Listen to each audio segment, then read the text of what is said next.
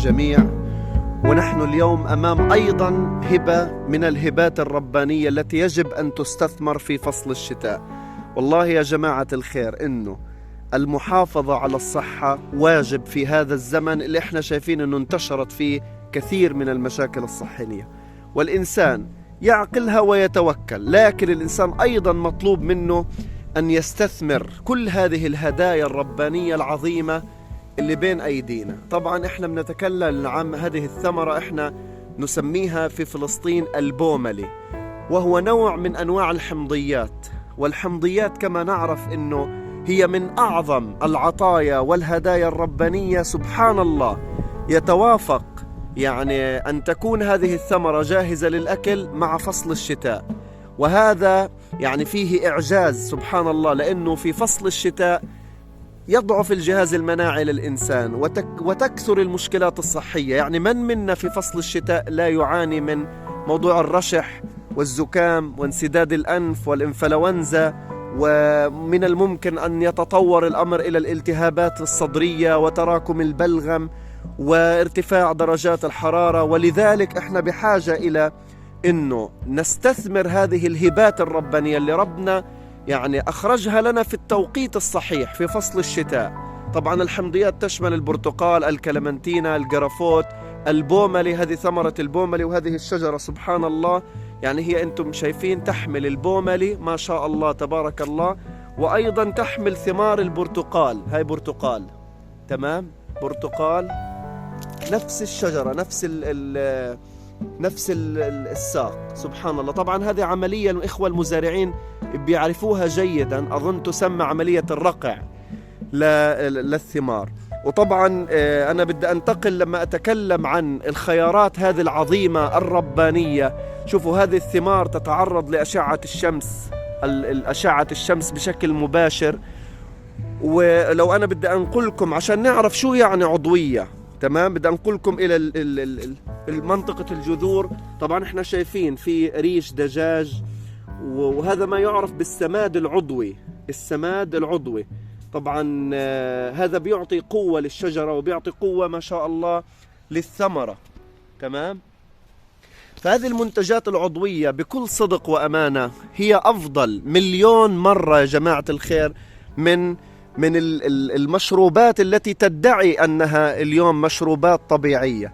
يعني اليوم مريض من الممكن أن يصاب بنزلة برد، بيقولوا له اشرب عصير برتقال، هو يهرول إلى السوبر ماركت يشتري عصير برتقال. طبعا عصير البرتقال هذا يدعى أنه هو عصير طبيعي، لكن اقرأ الملصق الموجود على الزجاجة هذه وشوف كميات السكر المهولة التي تضاف إلى هذا العصير الذي يسمى طبيعي، واللي هو أساسا يثبط مناعتك في الوقت اللي أنت بحاجة فيه إلى المناعة. فشتان ما بين هذه العصائر الطبيعية كما ذكرنا في محطات سابقة، وما بين هذه الهبات الربانية. أنتم شايفين عظمة الخالق سبحانه وتعالى تتجلى في هذه الثمار. هذه الشجرة وانتم شايفين، أنا بدي أرجع لورا شوي، هذه تحمل برتقال وبتحمل البوملي ما شاء الله تبارك الله. والشيء العضوي سبحان الله قيمته تكون فيه. وبالمناسبة كما ذكرت مرة ثانية، من أعظم الفيتامينات اللي إحنا مطلوب إنه نعززها ونعزز حضورها في نظامنا الغذائي وفق ما تعلمنا أثناء رحلة إعدادنا لكثير من القضايا الصحية والمرجعية، عمالقة التغذية العلاجية، الدكتور مازن السقا، إيريك بيرغ، كريم علي، محمد الفايد، كل هؤلاء العظام طبعا علمونا إنه أفضل مش مليون مرة، مليار مرة من هذه العصائر التي يضحك على البشر فيها، والتي تتنافس اليوم الشركات لتزيد كمية السموم الموجودة على موائدنا، ويضاف السكر وتضاف الأصباغ ويضاف الطعم والأطعمة الكيميائية والملونات الكيميائية، وتوضع في أواني بلاستيكية. هذه الأواني البلاستيكية فيها جزيئات قد تتحلل وتدخل إلى، خاصة إذا ما تم استخدامها أكثر من مرة، ومن الممكن أن تكون قد تعرضت للشمس وحصلت تفاعلات حولت هذا المنتج لا أريد أن أقول مدمر، على الأقل هو يعني لا يقارن بهذه العظمة. هذه الثمار، شوف هذه الثمار الطيبة ما شاء الله تبارك الله. طبعا هذه الثمار البوملة تحتوي على نسبة رائعة جدا جدا جدا من فيتامين سي، وفيتامين سي عملاق الفيتامينات التي يحتاجها الإنسان لرفع كفاءة الجهاز المناعي. بالمناسبة الجهاز المناعة اليوم أصبح الناس يدركوا معنى كلمة مناعة وجهاز مناعة، خاصة بعد أزمة فيروس كورونا أصبحوا يعرفوا هذه المصطلحات، فيتامين سي والزنك وهذه الأمور. وهذه يمكن من حسنات وجود فيروس كورونا، تمام، من حسنات وجود فيروس كورونا أنه الناس بدأت تعي وتدرك أهمية الصحة وقيمة الصحة، وبدأت تعي أنه يجب أن نتأمل في قول الله تعالى فلينظر الإنسان إلى طعامه. بالمختصر حتى لا نطيل عليكم أكثر من هذا، هذه الثمار الحمضيات كل واحد بشوفنا وبتتوفر لديه هذه الثمار البوملي، الحمضيات، البرتقال، سبحان الله الشجرة تجمع بين الثمرتين، الكلمنتين التي تحدثنا عنها سابقا، الجرافوت، الجريب فروت.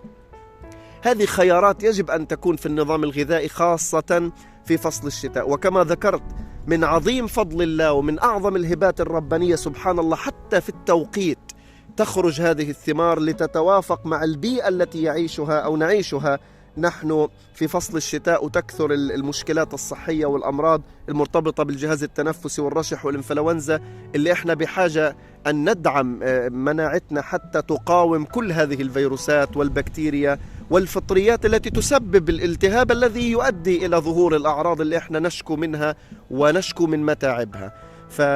يعني أنا بودي إنه نأخذ واحدة ونقشرها، لكن بعد ما ننهي هذا الفيديو هذه الثمار أرجوكم استحضروها في أنظمتكم الغذائية، اجعلوها حاضرة أفضل مليون مرة من تلك المشروبات أو من الأشياء المعلبة. حتى أصبحوا اليوم يضعوا لنا الفواكه في معلبات، علب معدنية، وبحطوا مواد حافظة حتى وبحطوا لها تاريخ انتهاء. طب لماذا؟ ومال هذه الثمار العظيمة الطبيعية اللي احنا مطلوب منا انه نبحث.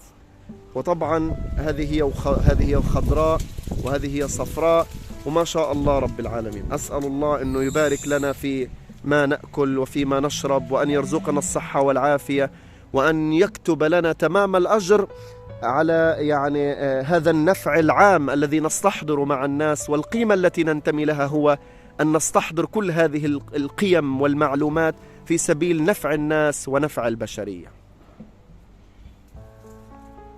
قد تنجو أجسامنا من شر الأمراض التي تسببها الجراثيم، ولكن ما أقل ما تنجو من الأمراض التي تسببها التخمة وفساد المطبخ الحديث وأسلوب المطاحن ومعامل الأغذية المعلبة والأدوية التي توصل إليها العلم الحديث لخدمة الإنسانية وإنقاذها من الألم والعذاب. حولتها المعامل والمتاجر إلى وسائل لابتزاز المال، فأصبحت تستعمل فيما ينفع وفيما لا ينفع، مما أدى إلى إضعاف المقاومة والفعالية في الأجسام. هل تصدق أن طبقا من العدس خير لك من زجاجة كاملة من شراب الحديد؟ إذا تابعت هذه القناة فستؤمن أن في الطبيعة عددا من النباتات فيها الغذاء وفيها الدواء وفيها الشفاء. في وسع كل مشاهد أن يزيد حصيلته المعرفية وينمي جسمه على أساس صحي وسليم. نحن معرفة وأكثر.